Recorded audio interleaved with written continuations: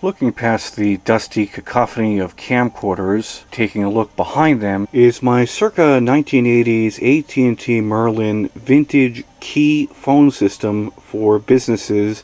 Now this AT&T Merlin 410 control unit and the ancillary accessories that make it a complete set and system were thoroughly reviewed and demonstrated in a video of mine posted several months ago. And if you'd like to take a deeper dive into the actual meat and potatoes of this whole thing and everything that makes it a Merlin, well, I will leave a link for you in both the description and in the form of a video card at the top right of the video right now. So if you want to take a nice stroll down memory lane and look at outdated and obsolete telephony equipment, I would suggest you take a look at that video for this one to make a bit more sense and provide a bit more context. The AT&T Merlin phone system enjoyed a very long run. Because of that fact, there were many accessories that were released throughout the lifetime of the Merlin systems, such as the Merlin Classic, the Merlin 820D2, the Merlin Plus, and many others that, well, have since slipped my mind. But aside from the control units, the whole brain of the operation undergoing upgrades along throughout the years, so too did the phones.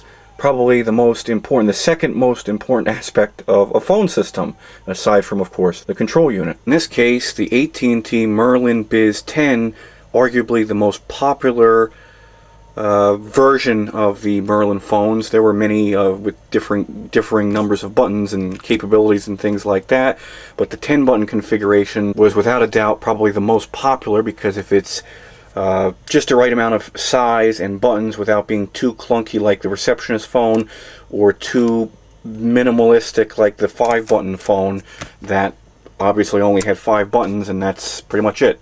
This Merlin BIS-10 was actually brought to you by the outgoing Merlin BIS-10 that was featured in my original review of the AT&T Merlin. Unfortunately, electrical gremlins and things like that brought about by old age have finally begun to bring that thing to bring its life to an end. And instead of trying to troubleshoot it, which I likely will end up doing in the near future, the quickest, easiest solution right now is to get another new old phone. Of course, the only way you're going to find any of this used stuff is from when it's retired from active service from a business, either closing or finally upgrading their phone systems. As a result, these things are going to be tired, weather-beaten, and just plain dirty and grungy. But these phones were built exceptionally well, and I'm sure the fact that these being made in the USA had something to do with that. These are very heavy, durable phones. They have quite a bit of heft to them, and despite being made, of course, out of plastic, it doesn't feel cheap to the touch, even though you're never really going to be handling this phone once you have it set up and sitting on your desk, but that's besides the point. Now with this phone, I obviously got the phone, the newer style receiver sans the metal microphone windscreen. Moving aside from the phone, quite literally and figuratively speaking, have a curly phone cord that's actually not totally destroyed and it should hopefully work. And an AT&T Merlin RJ45 Cat5 style, Ethernet style cord, but this is the original cord that it would have come with. Another thing I spent a couple of moments talking about in the original video is the stands that these phones came with.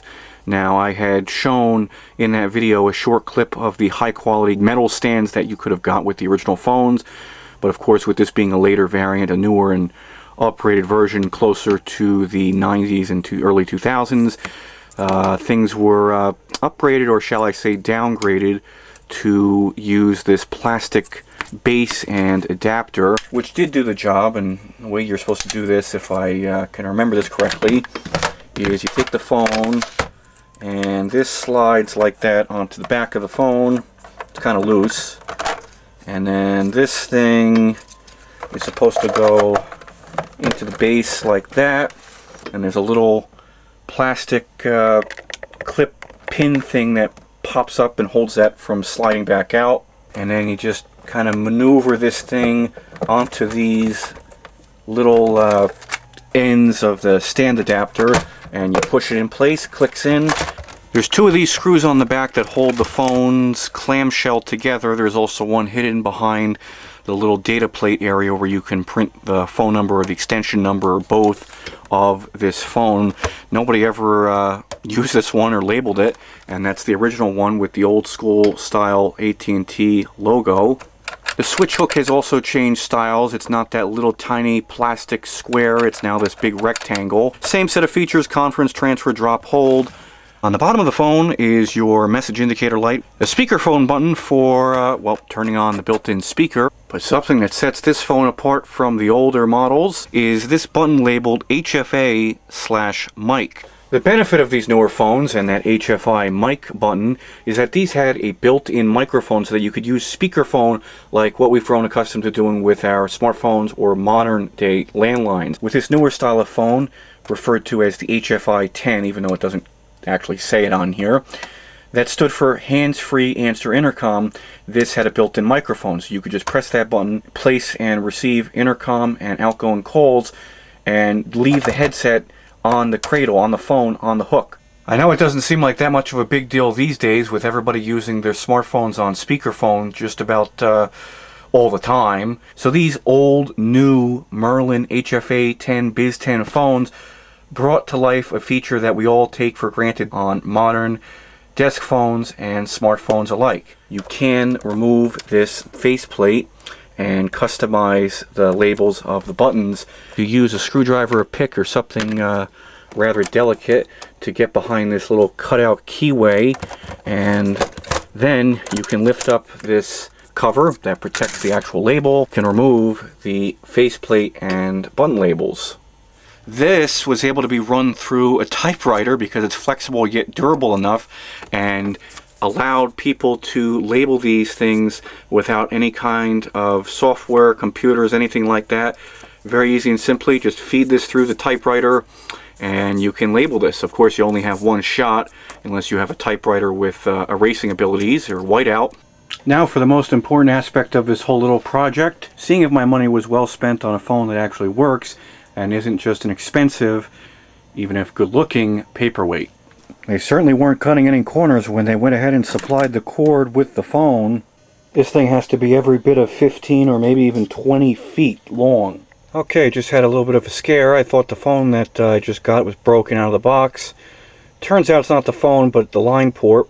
Extension number 13 is damaged and does not work on my Merlin 410, because with this phone connected to the extension 13 on the Merlin, totally dead. Okay, well, this is the moment of truth. Let's see what happens first when I press speakerphone. Actually, let's just lift up the handset. Yep, and we have a dial tone. Now you can see that this is lit up red to indicate that that is the selected line. Green to indicate that it's in use. Hang it up, the green light extinguishes. Now if I press speakerphone, okay, we have a rattly speaker, but that's to be expected on old phones like this, and it's just the... sometimes it's the speaker itself, sometimes it's the plastic casing. Likewise, if I press HFAI/mic while it's on speakerphone, you'll see that if I lower that dial tone with the speaker adjustment control, the volume level adjustment over here, you can see that this is flashing to indicate that the hands-free answer intercom microphone is active. We could turn it off by pressing the button. The green light goes out. And now, if all goes to plan, I should be able to call this phone, and if I turn on the hands-free answer intercom mic, it should automatically pick up the intercom call and start broadcasting the audio from this phone to this one. So I'll do that right now. This is extension 14. Nothing happened. There we go. And test. There's absolutely no latency whatsoever because this is not like a voice over IP system, so you can't even hear the feedback loop. But I could hear the audio getting picked up from this phone and being transmitted through this phone's speaker. Now you can see the benefit of these newer phones having the built-in microphone, because not only do you have a microphone to use with speakerphone, so you're not tethered to talking in the handset, but you can also turn this feature on, so that way if, let's say, somebody gives you an intercom call and you're busy and you don't want to get interrupted by having to constantly pick the handset up to talk into the phone, this will automatically pick up the call the minute you get an intercom call, as you just saw, and you will be able to respond back to them. Of course, you could turn that off, as that could cause security and privacy concerns for certain people. having the phone automatically pick up an intercom call. Of course, that feature only works on intercom calls and not outside calls. You still have to pick up an outside call the old-fashioned way. So now if I go and dial the receptionist phone, which is 0, test, test, 1, 2, you can probably hear that, me tapping the phone.